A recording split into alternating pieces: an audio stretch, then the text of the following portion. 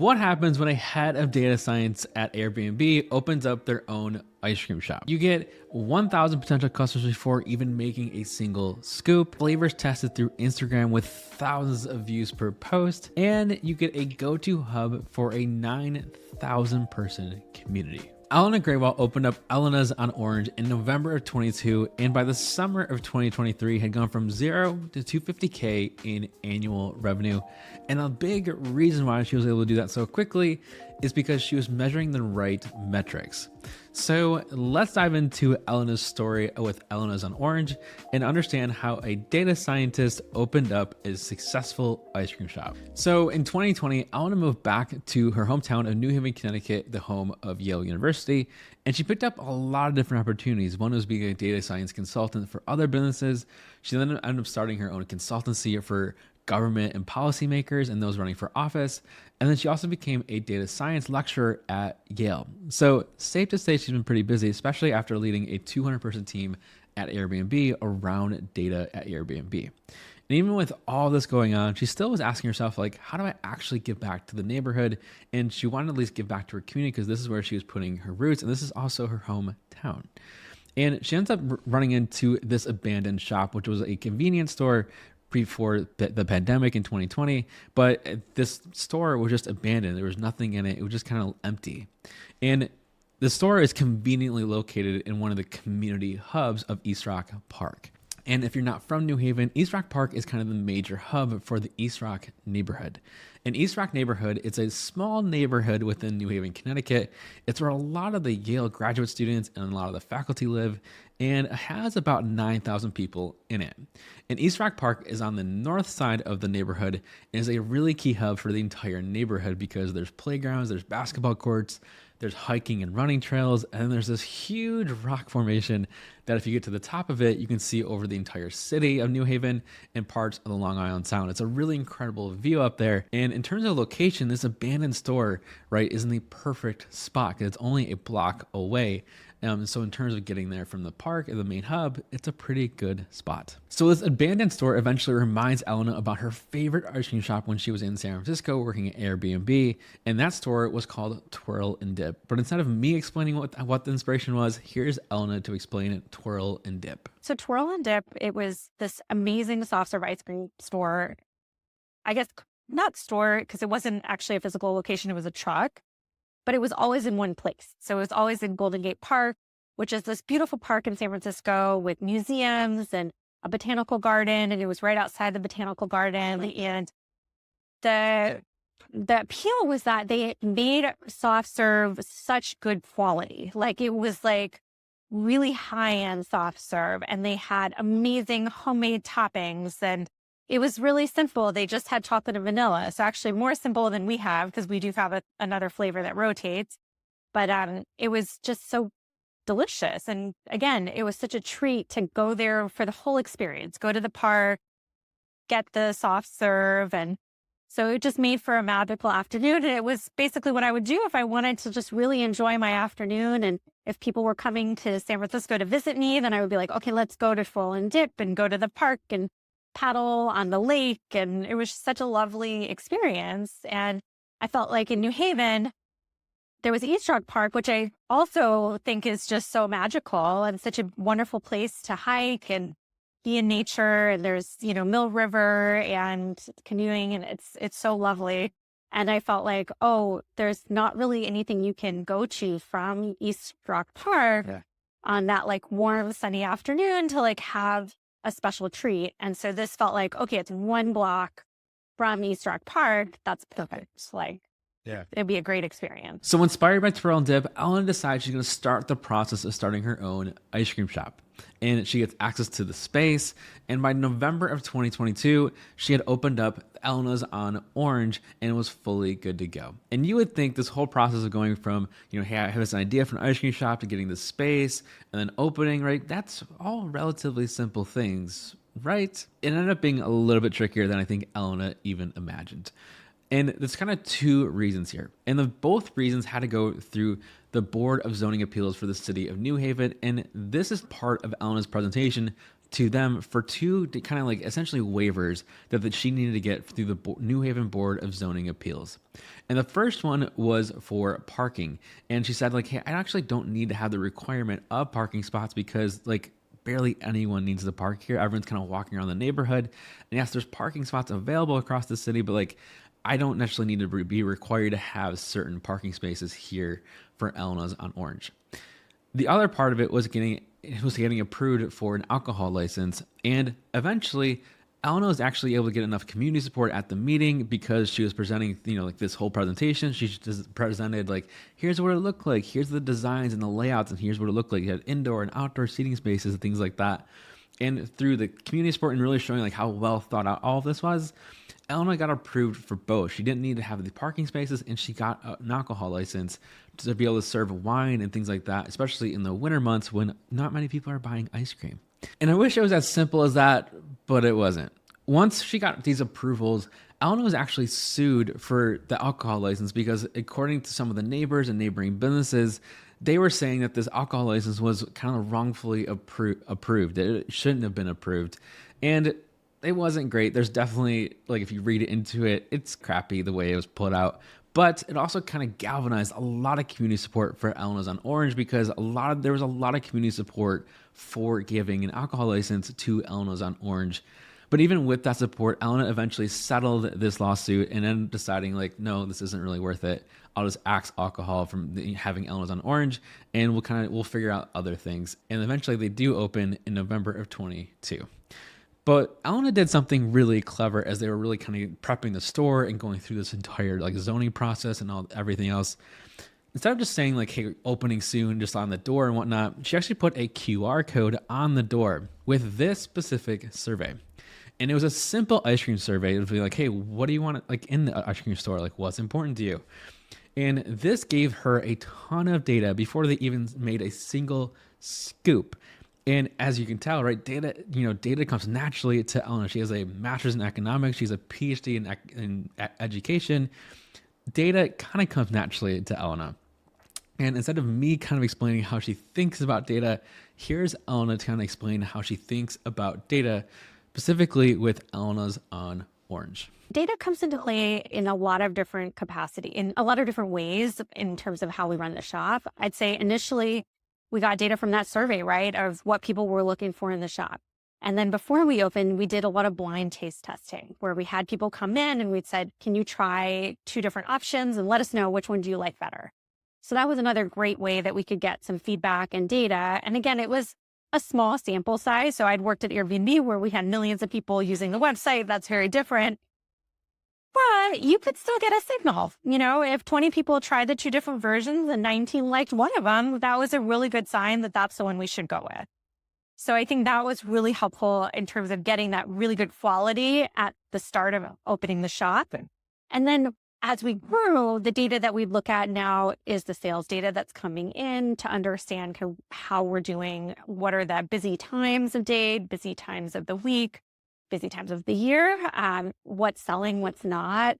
And then, a big thing that also happened, especially over this last summer, was we were so busy. We had lines around the corner and it was amazing, but it was also like, okay, we don't want people waiting for too long. We got some great feedback that people actually enjoyed waiting in line, which is really cool. So I was like, oh, that's great. Like someone left a review about how it was like a friendly, happy line. So I loved that.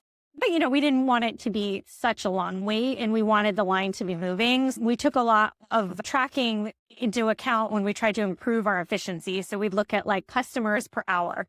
How many customers were we able to serve in an hour? How many ice creams were we able to serve in an hour? What could we do to then change our operation to improve our efficiency so that we could have the line be moving faster?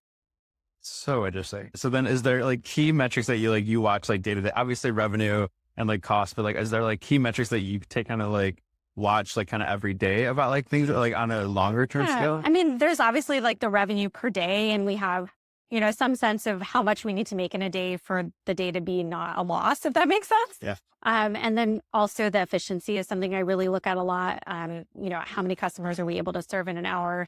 What could we be doing differently behind the counter to improve that efficiency? And then definitely the seasonality plays a big factor in terms of hiring and staffing and our hours of operation. How does seasonality look? Is it just like we're just based on the weather? It's very weather based. So I would say, the winter is slower than the summer. That's to be expected. And the summer is nuts. We're really, really busy in the summer. But, we are able to keep busy in the winter in part because we have a special winter menu that we designed to draw people in. So we have some hot chocolates. We have a warm cookie sundae. We still have our rotating flavors every week through the winter, and people love trying those flavors. So that's another way that we can bring people in every week. And, we're able to kind of make the winter work by doing that. And in terms of seasonality, after just the general, warm and cold, certainly rain versus not rain is a big one too, because if it's not raining, people want to go out, go to the park, come get ice cream. If it's raining, they're more likely to stay home. Yeah. So, there's definitely that aspect of it. Gray and cloudy versus sunny makes a difference. And then there's also interesting buildup of demand. So if it's been cold or rainy and crummy for a little while, and then there's a sunny day, everyone's getting ice cream. So it's a little bit of that kind of pattern as well, which is not quite seasonal, but it's kind of relative seasonality in terms of how good the weather is compared to the prior days. Does that show up? Maybe this is too granular. Where it's May is everyone's ready to get out. Yes, And then May is nuts. And then June's and June and July are actually not as crazy as May. Interesting. But there's also the college calendar as well, where there are a lot of universities and students in New Haven. So, people are coming for graduations in May, things like that. But we definitely see May is really busy. So it's pretty clear that data's played a big part in how Elena's gone from 0 to 250K with her ice cream store. But let's recap kind of the timeline here, because I think it's really important. First, right, she starts the process in late of 2021. In February of 2022, she ends up going to the board meeting, but then quickly soon after that, she gets sued for having alcohol, or at least going for the alcohol license. And then in November of 2022, they end up opening the store. And then by June of 2023, she hit 250K in annual revenue. So it's about 7 months from opening, which is pretty incredible given that she didn't even have a full summer just yet. That's pretty crazy. But how does she do all of that? And that's where I want to dive into more of the growth strategies of Elena's on Orange, because I think they're actually really clever. Before I jump into the growth strategies for Elena's on Orange, I want to tell you about something I've been working on, and that is the Bootstrap Report. The Bootstrap Report is a report based off of 64 different founders who went from 0 to 250K in annual revenue with a bootstrapped business. So if you're wondering who are these people, how do they actually do it, it's all in the Bootstrap Report, and you can download it in the description of this episode. Okay, back to the growth strategies for Elena's on Orange. And the first growth strategy I want to talk about is community. And the first part of community is the kind of the specific location. So I mentioned at the very beginning of this, right? She's 1 block away from the main hub of that community, and that has played a huge part. And as Elena mentioned kind of in that, right, when we talked about data, right, she knows when it's warm weather, all these different community events. The location of where she is at with Elena's on Orange is plays such a huge part in people just kind of walking by. And right, she even got 1,000 people just having a QR code on that store before they even opened. So the location of that has been really critical.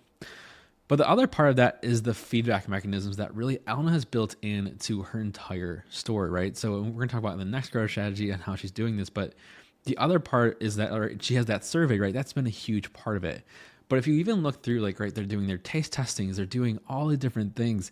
And the feedback is another way to get the community involved. And so just by talking to people, having kind of being a community center aspect of it, that plays a huge part in how, just the community feels they don't necessarily own, right, Elena's on Orange, but they have a part of it that at least they feel like they're an active member of the Elena's on Orange, smaller community within that neighborhood.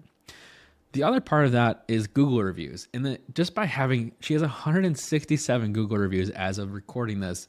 And that's played a huge part, because if you search on the Google, right, especially if you're looking for a good scoop of ice cream, you're going to search local ice cream store, ice cream near me.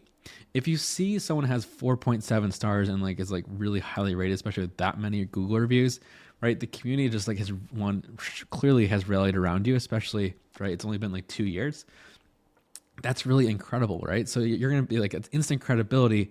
And that just kind of helps. It creates a kind of a flywheel of growth, right? Because every single review that goes there, it just helps her in the search rankings and Google and everything else.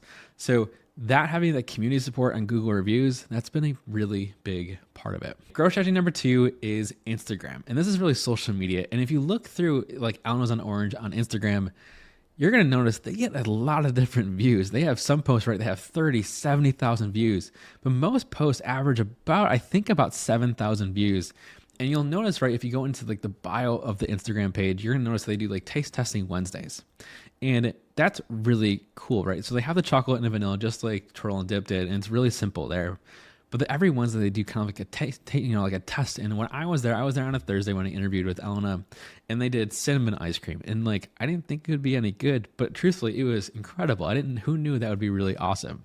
So that I think is right. Gives it that feedback mechanism that we just talked about with the community element, but to do it through Instagram, it just kind of creates that like virality a little bit and like really engaged following there.